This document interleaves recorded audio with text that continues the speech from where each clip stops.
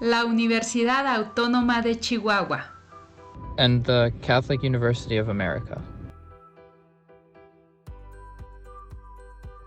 Study of the art of singing, an approach to culture through the vocal repertoire of Mexico and the United States of America.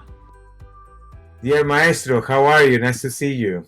Gustavo, how are you doing today? Doing very, very, very well. It's Wonderful. to see you again.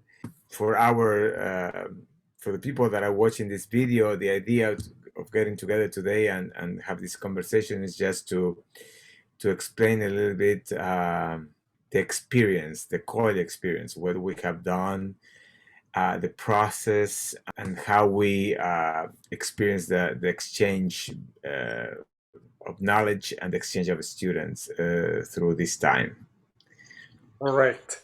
I would like to start by saying that it took a lot of extra work, good work, in order to be prepared to design this course and getting to know you, getting to get our ideas and what we wanted the students to get out of this experience. And it was it has been a delight to work with you. You know, it's been great. I feel I have a new friend to visit now. Thank you very much. The feeling is mutual, and as I said to your students in several occasions, I am so excited about having met all of you, and I look forward to visit you sometime in the near future. Right. You talked to me about the food specialties from Chihuahua. I said, okay, I need to visit Chihuahua. Yeah, you will be well taken care of. So let's talk a little bit about the experience of building the syllabus together and the conception of the syllabus and what we have pursued by doing what we've done. Yes, we agreed that we wanted to find common ground through the cultural exchange from the point of view of music. So we decided to work with American repertoire and Mexican repertoire.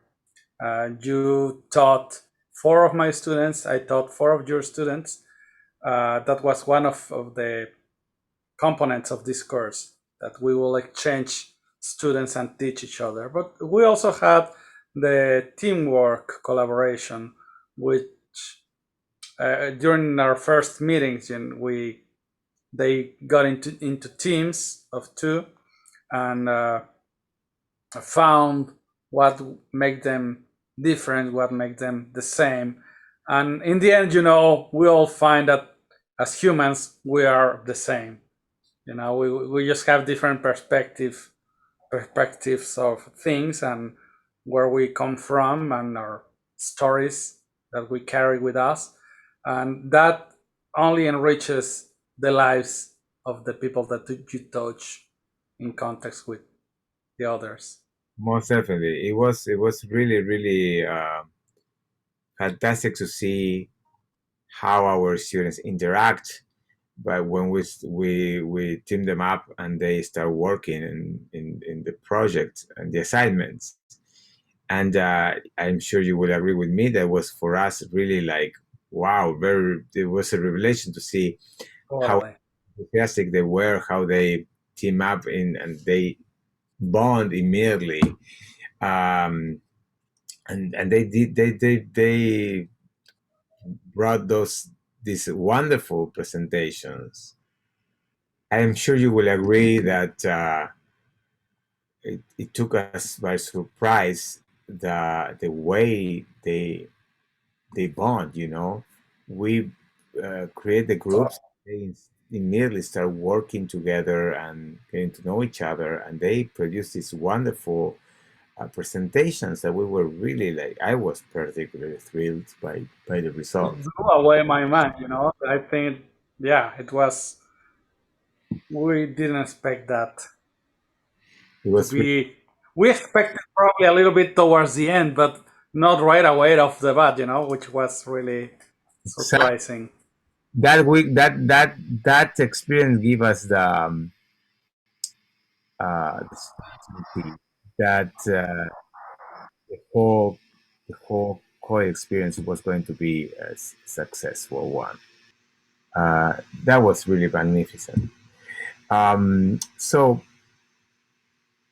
let's talk a little bit about the process of teaching and exchanging our students, finding things in common, doing the real cultural exchange, right? Can you describe that a little bit? Correct. I think the most challenging part, and once we start working with your students, was before that, picking the right repertoire, because I didn't want for them to sing the regular songs like Granada, Júrame, which are beautiful, but there's so much more of Mexican music that I wanted I wanted them to experience, and I choose music from Manuel Ponce, Soñó mi mente loca, or Jorge del Moral and Tatanacho, and also a colleague of mine, which is a very nice composer, Joaquín Garzón, and with poetry by Neruda, which is just a gorgeous poem, Ya nos encantarán mis ojos en tus ojos. Work with the diction, work with the musical phrasing, all that, but also the hot-blooded Latin American feeling that, we are very, and the American students are a little bit more German-like in a way. But I just love the way they were starting to face it and get into their feeling, into their mind, into their voices, and express the emotions that I say like, well, this could be a Mexican already, it sounds so authentic, which I really congratulate them for their job. And it worked its magic. I have to thank you very much, because I saw the change in my students, because first of all, they got so enthusiastic about learning this new music, and obviously was something about the way that you presented that got them so excited. And as a matter of fact, I think I told you, all of them are presenting the pieces that you select for them in juries. Wow. So, what an honor. And yes, exactly. And actually, one of them, who is singing her senior recital this Saturday, Erin, is closing the whole program with so nice of her. That's great. That only talks about the importance of things like this, the impact that has on someone's lives is by the culture. Most definitely, yes. And I would, from my part, my experience with your students, it was really magical in the sense that they were so eager to learn. They were always well prepared. They have this enthusiasm that makes you give 100%, and more. It was like really like they were so much looking forward to that time with me, and I felt like, yes, we have to work on the text and the diction and the style and all of the music that we picked. That, by the way, the process of picking the music was quite interesting, but in this case easy for me, because your students have already developed a character in their own sound. So for me, it was not difficult at all. Actually, it was very easy to understand their musical personalities by hearing their voices, which is in young people sometimes difficult to find. So congratulations for that, because I know you have a lot to do with that. So it was easy for me to find a repertoire that would go with their temperament. Working on those aspects it was fun, but was even more fun to really interact with them on human level. They are really special. They have this. They're so well mannered, and so it's been a joy for me. I think all the students show that interest, commitment, and willingness to try different things. You know, I have crazy ideas. I say, "Oh, now sing this with in one leg, and now lay down a little bit," and you know, it's just delightful to see professional people. You know, they are studying music, but they are already professional. They really want to do it right, and they try, and they don't give up, and they face it, and they come up on the other side even better than they were. You know. Exactly, I do agree with that, and the trust your students and my students put in the process talk about also their professionalism, I think. Totally. So that's also very important to highlight, because it is important for this kind of cultural exchanges to have this trust, you know.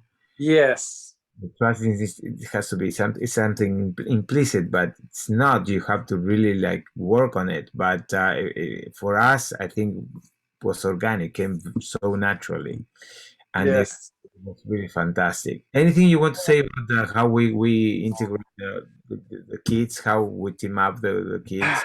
I honestly don't remember. I think it was kind of organic too. We pick and choose, and some of them pick each other, which worked beautifully. But the most important part, we talked, you and I, it was more important for them to interact among them, because that's a bit of a taste of going out into the world and face the challenge of language barriers, of a different way of communicating ideas. And it was really important for us to give that opportunity to the students to develop these tools of communicating ideas. Oh yeah, and it was really fantastic to see the way that they managed to communicate. For example, one of the groups, they remember Rocío and Joris. Yeah. They gave this presentation, and I was like, wow! It was this beautiful presentation with pictures. It blew up my mind. Yes, and closed captions in English and in Spanish, considering that Rocío English is very limited and Joris in Spanish is zero. So they managed to communicate, and it was really that's what made me understand the importance of this COIL. Yeah, and the value that it has. You know, I think sometimes we assume that it's like that every time, and it is not. Really wonderful experience. So, in your opinion, just to wrap up, how you think this experience of that we had with COIL and developing this course and building a syllabus and all that can grow in the future, not only in our discipline, I mean in general? Yes, I think it's a great question for the people that is in charge of this COIL component.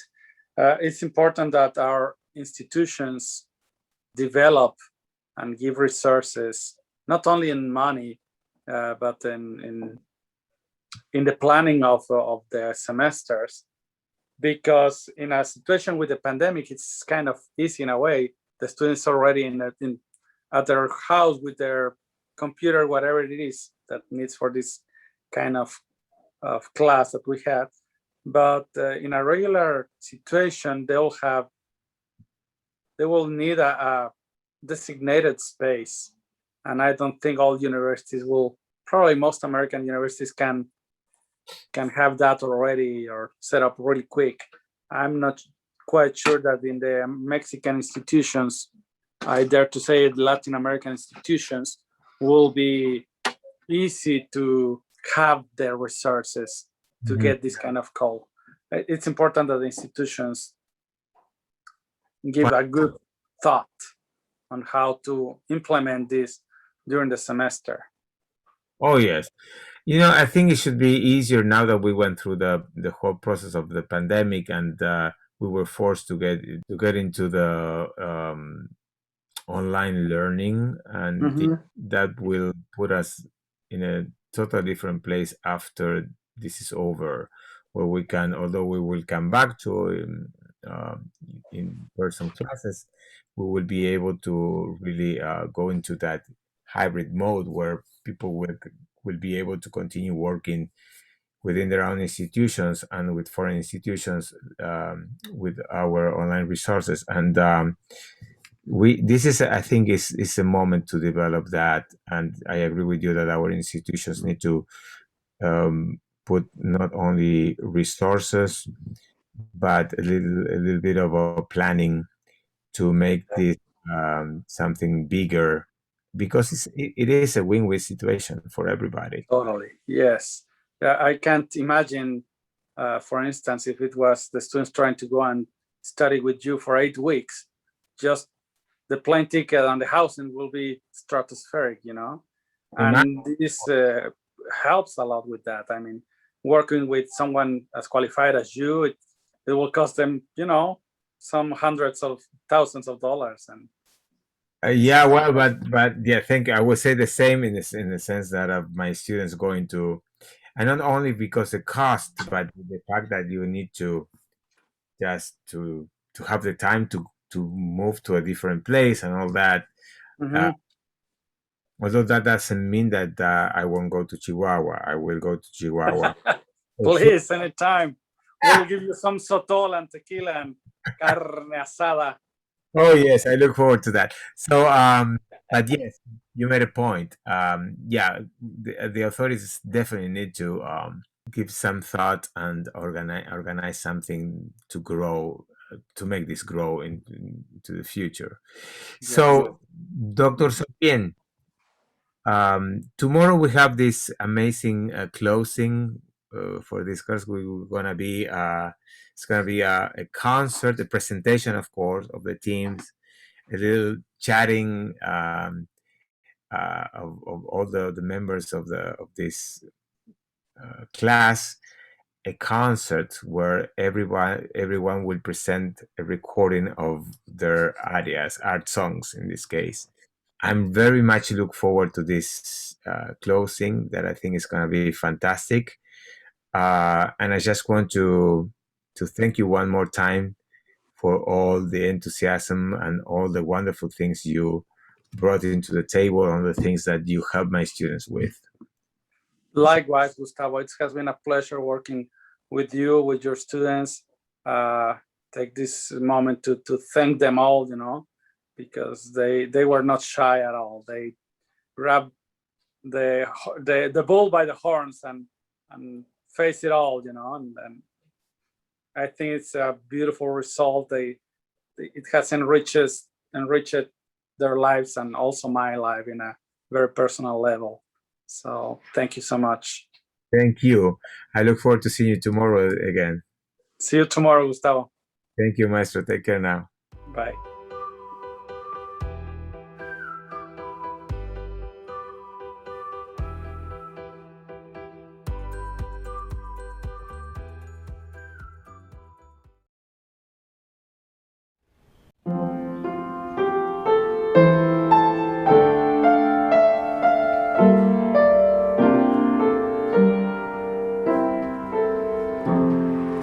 Sleep the crimson petal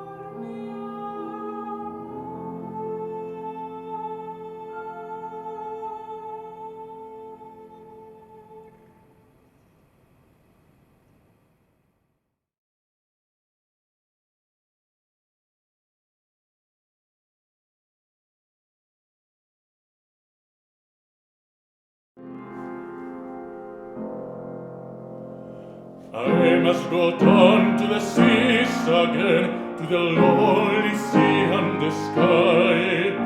And all I ask is a tall ship and stand to steer her by.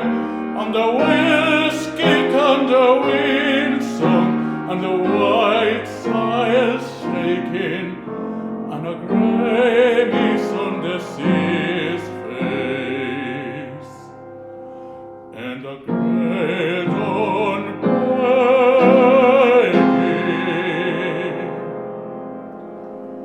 I must go down to the seas again, for the call of the running tide is a wide call and a clear call that might not be denied. And all I ask is a windy day with the white clouds flying, and the foam spray and the blown spill, and the seagulls crying.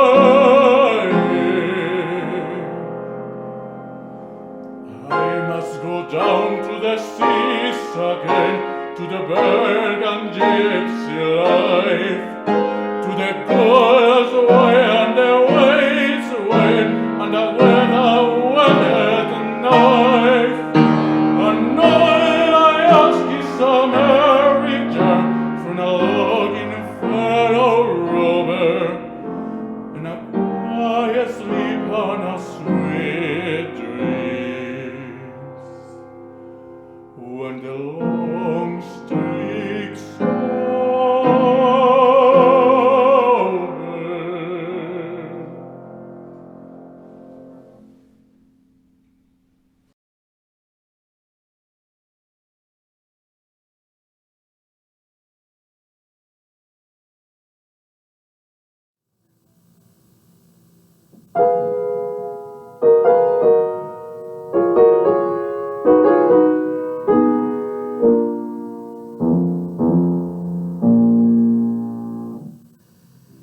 Solo me encuentro solo con mi dolor. Dígame que en tus besos me diste una infame traición. Solo con mis tristezas, con mi temor, dolor. Dígame que en tus besos me diste un poquito de amor. Creíste que mi cariño tan solo fue como algo que se recuerda yo sin querer. No niegas que me quisiste, porque tal vez tus ojos son vergüenza y tus no sabrán ver. Si enfermo de amor te encuentras alguna vez y sufres lo que yo sufro por el querer, espero que sea muerte esta amor eterno.